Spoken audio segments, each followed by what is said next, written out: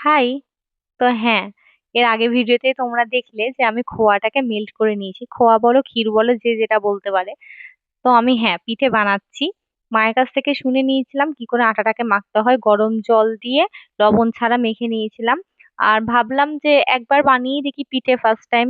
মাকে দেখেছি, একদম না দেখা না যে একদম দেখিনি, কোনোদিনও পিঠে বানাতে দেখেছি কিন্তু বানাইনি কোনোদিনও।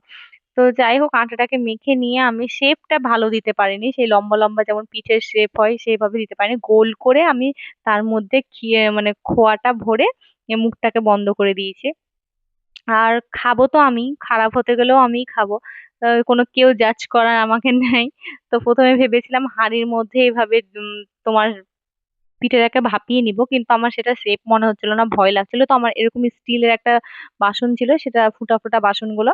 তো সেটার মধ্যে তোমার পিঠেগুলোকে দিয়ে 0.5 ঘন্টার মতন লেগেছিল। ঢেকে ঢেকে আমি তোমার স্টিম দিয়েছিলাম। আর খেতে বেশ ভালোই হয়েছিল, ফার্স্ট টাইম বানিয়েছিলাম। তো তোমাদেরকে ভিডিওটা কেমন লাগলো জানাইও। আমি খুব শখ করে পিঠে বানিয়েছিলাম। তো যেমনই হয়েছে খেয়েছি। খুব খারাপ হয়নি, খেতে খেতে ঠিকঠাকই হয়েছিল। আজ আসি, টাটা।